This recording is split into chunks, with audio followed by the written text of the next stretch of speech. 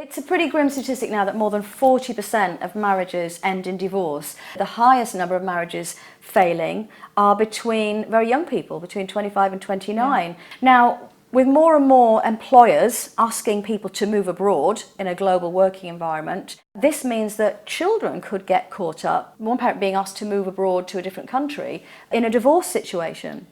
Yes, we are living in a global world, and it's very common where a parenting relationship breaks down, a couple relationship breaks down, whether the couple were married or unmarried, that one parent wants to move abroad, perhaps to return to her country of origin, because it's nearly always mothers who move, perhaps to take up a job opportunity in another country, or perhaps to move to live with or marry somebody who's based in another country. And it's very important that people should be aware of the issues that arise in that situation. It's important for both parents to be aware that you can't take your children out of the country, in fact, even temporarily, just for a holiday, without the permission, the consent of the other parent. It's really important that a parent who wishes to move abroad with their children is aware of the fact that they can't take the children abroad without the other parent's permission. Were they to do so, that would be child abduction and actionable under the Hague Convention, which means the children would be sent back to the country of origin, and it will also, in most situations, be a criminal offence, so they could be prosecuted. Obviously, if they can't agree, if one parent wants to go and the other parent doesn't give their permission, the court is there and an application to the court for leave to remove will be made. However, court proceedings should really be seen very much as a last resort, because they are extremely stressful for everybody involved, for the parents, for the children themselves, and for the wider network of family and friends, all of whom are affected by the outcome. So if they can, the parents should try and reach agreement between themselves as to what is going to happen to their children.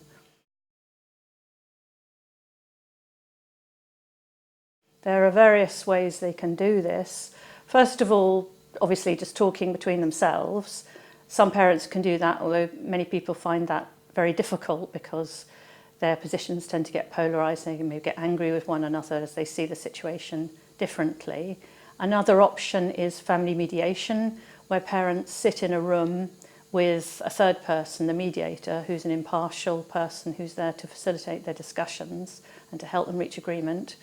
A third option is collaborative law, and in collaborative law, the parties sit at a table through a series of meetings, negotiating the outcome that they want, and they have their lawyers there. So that's the essential difference between collaborative and mediation. When mediation, the lawyers are not present in the room.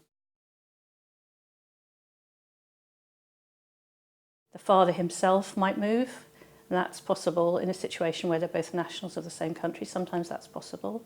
Or the mother might agree to leave the children for a longer period, perhaps where until they've got to a more crucial stage of their education, something like that.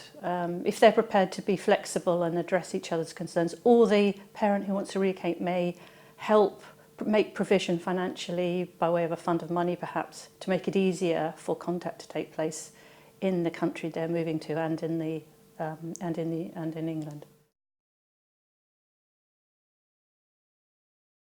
In a situation where you either want to move abroad with your children, or you are a parent who is facing an application by the other parent to take the children abroad, you need to get good quality advice at the earliest opportunity, because this is a very specialised area of the law, and the decision will probably potentially go either way. You need to prepare your case properly, and the best way to do that is to get proper advice about how to conduct yourself, how to behave towards the other parent, which is really essential, and also how to conduct yourself at the hearing to have the best possible chance of getting the outcome that you want. But I will stress that going to court is really to be seen as the last resort. It's not a panacea. It will be almost inevitable that if the parties do go to court and leave it to the court to decide for them, that their parenting relationship is going to be damaged, perhaps permanently, because it's a very, very destructive process.